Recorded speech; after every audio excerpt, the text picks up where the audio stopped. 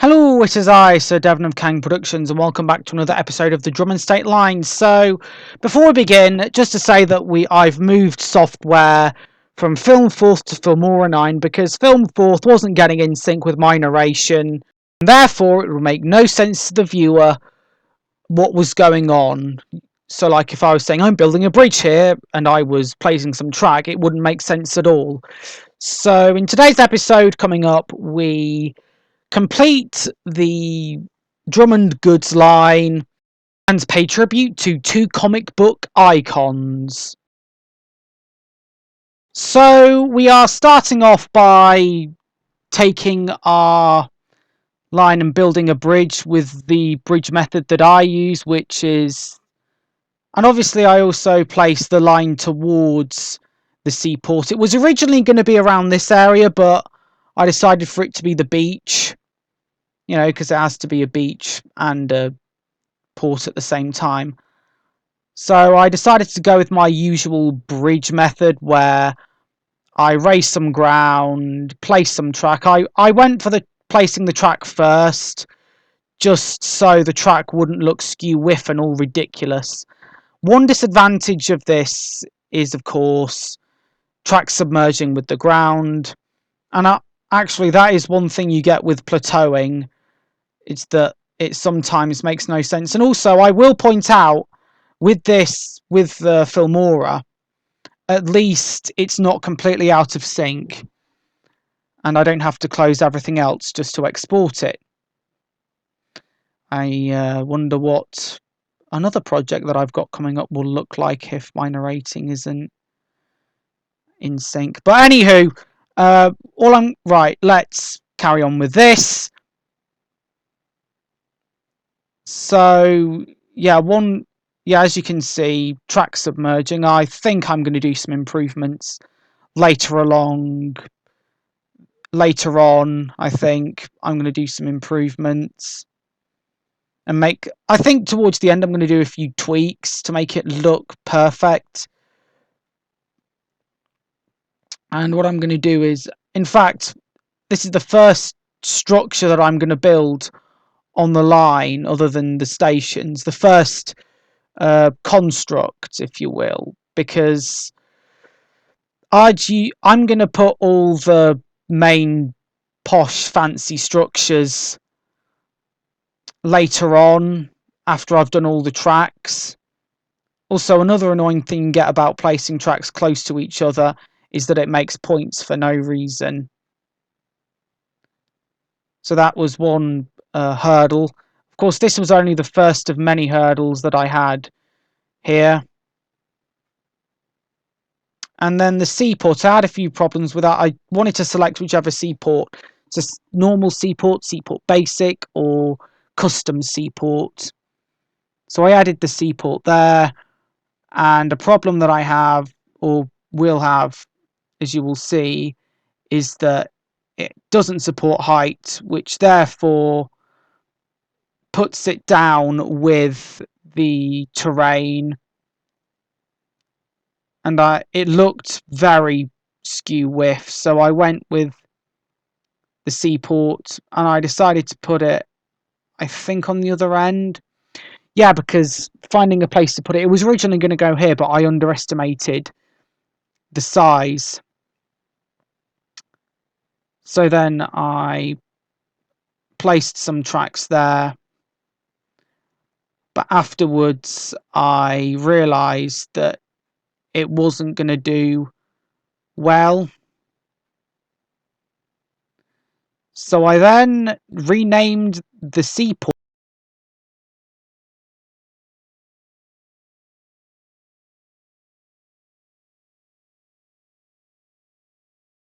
And so this is why I got rid of it, because of that. The track wouldn't connect and it was incomplete. So I went on with a complete seaport with the cruise ship. I don't know what I'll do with that, but I'll find some use for that line. I could actually use it, and I eventually had to get rid of that completely, that bridge. So I thought, screw that, I'm out. I added another bridge, but the problem for this was that the pillars got in the way of the track, no matter where I moved it. So it would look like you were going into platform 9 3/4 from Harry Potter. I added the bridge that you got at Stellic and went for my usual bridge method. I find it easier to put the tracks before the ground. Yeah, this looked much better. I don't know what to do with this. So as you can see, the ships are submerged with the ground. So I decided to even it out a bit. You know, I didn't want it to look as though it was a TARDIS that had submerged with the ground somehow. So I, of course, named it Citadel Supplies. I'm wondering what to do with the cruise ship track. I think what I'm going to do is make it for Special Armed Forces. You know, as the soldiers had their own lines. But we'll tackle that at a later date. I don't think the Drummond State line will need soldiers, but you never know. So I had a hard time plateauing all this.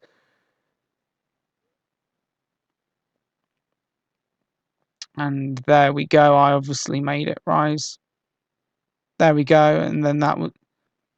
And now this problem, my original idea was to go to the mini-map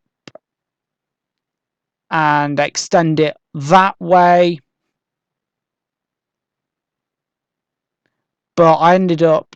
Yeah, so I found out where it would go. But we went to our location. It was originally called Echo, but I'm going to name it something else after in a few minutes' time. So I went all the way back, and I realised that we were doubling back on the goods line shortcut, because obviously it has its own little private line. I did not want that to be added on whatsoever. I tried to do it with adding more ground, but we ended up, as you will see, crossing roads and making it very complicated. So in the end, I decided we're going to just extend this goods line here. We can have a little motorway for other goods vehicles, and of course the airport. I added some more ground to that because it looked as though it was getting a bit on edge.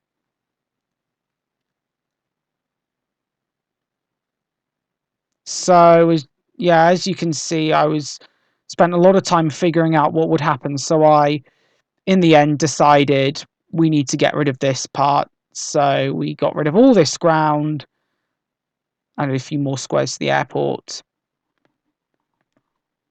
And it wasn't working out for me, so I decided in the end to finish the goods line just because it looked a bit odd. Now, another complicated part of it was creating a loop so the engines would go back and get their own trucks. But I added some turntables as well so the engines could turn round. And as you are going to see now, it didn't work because it's already there, and it would then again create a very long diversion, and it would take a very long time just to get a train to turn around and go back the other way. So yeah, that's why I got rid of that and kept on to the turntables. I spend a lot of time trying to figure stuff out, which is good if you're on something like this, because then you can find the best way and try different scenarios. But as you can see, this doesn't work out for the best, so I thought, screw it, we're just going to put the turntables, we're going to leave it there. And that was that. So now, yeah, I think that's the seaports completed. I like to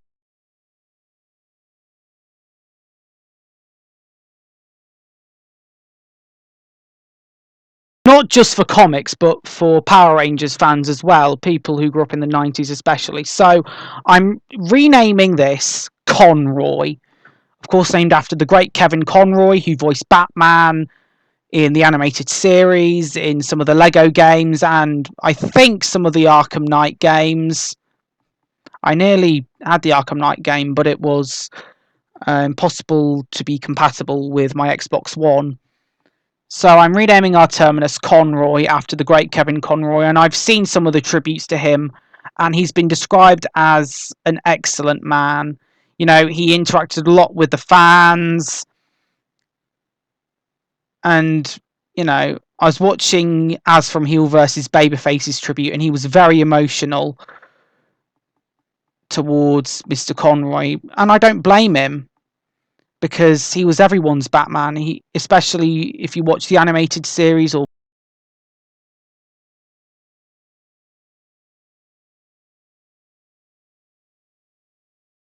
now to Jason David Frank.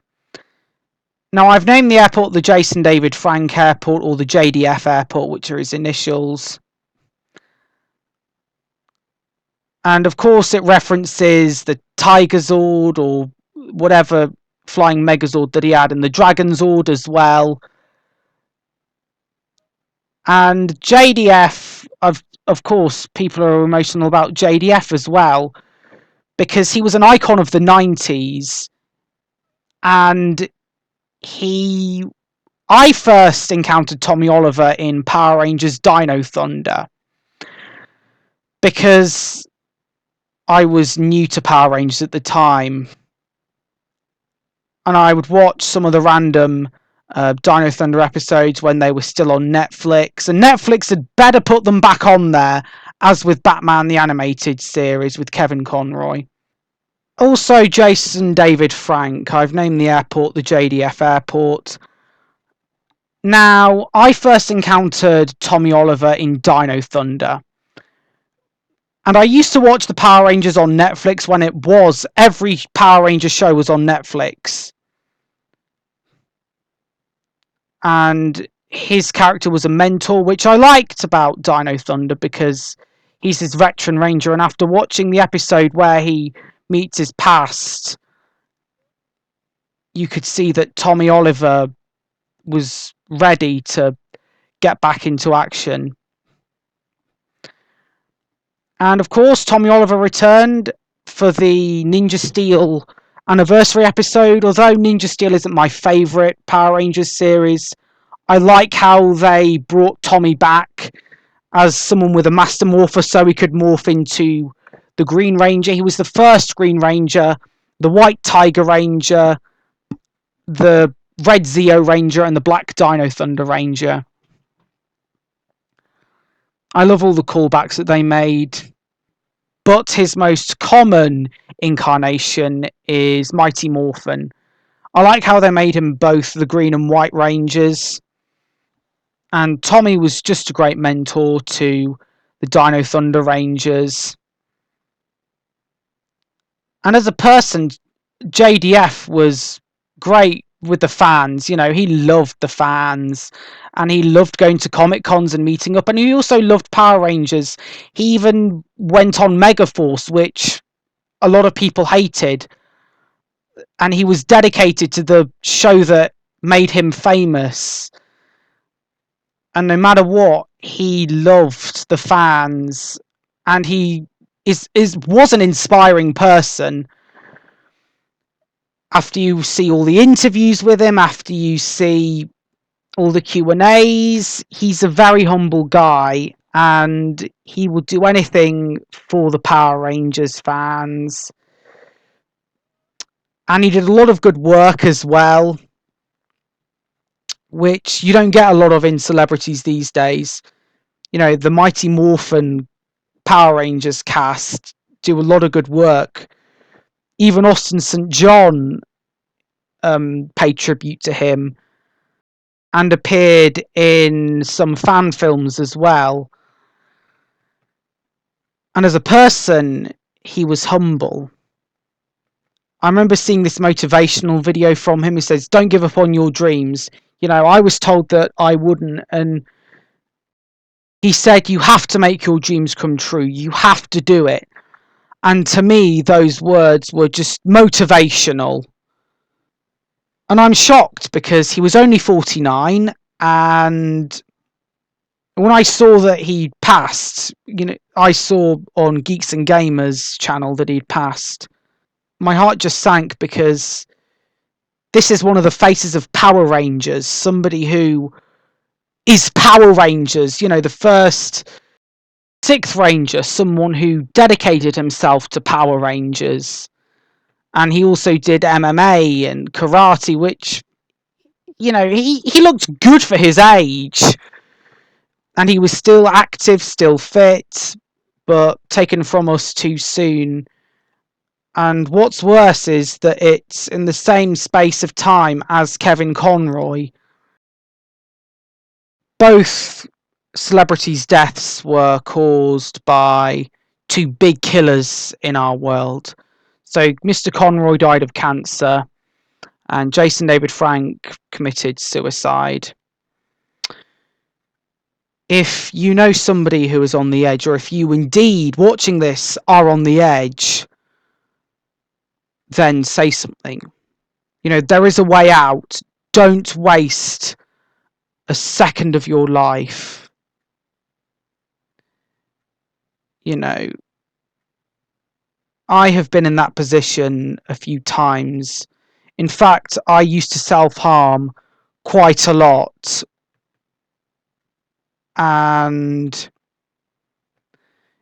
it's not a nice place to be. I used to bite my hand so much that at one point it bled. I think the thing you have to do is open up about what you're going through. And it's terrifying, isn't it? But you can speak to somebody, because there is a way out of this mental prison that you're going through. There is a way out. You just have to talk to someone about it, you know. Talk to anyone in the street. So I have this story of an old lady that I saw on the bus. I said, "Oh, isn't the weather awful?" She said, "My roof's leaking." And I said, "It'll be all right. You'll be all right," I said. And the old lady replied with, just before I left the bus, she said, "That's cheered me up."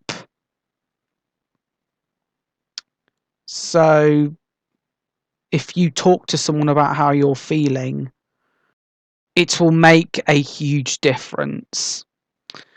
Not just to them, but to you as well. And as for cancer, hang on in there, because you will make it through. You know, don't give up hope. You can win this battle. You can win this fight that you have at the minute. I know it's a very sad ending to a video, but we have got to talk about it. And it is a big issue for both male and female. Because, you know, this life is precious. You've got to live your best life. And I think the lesson that both Conroy and Frank teach us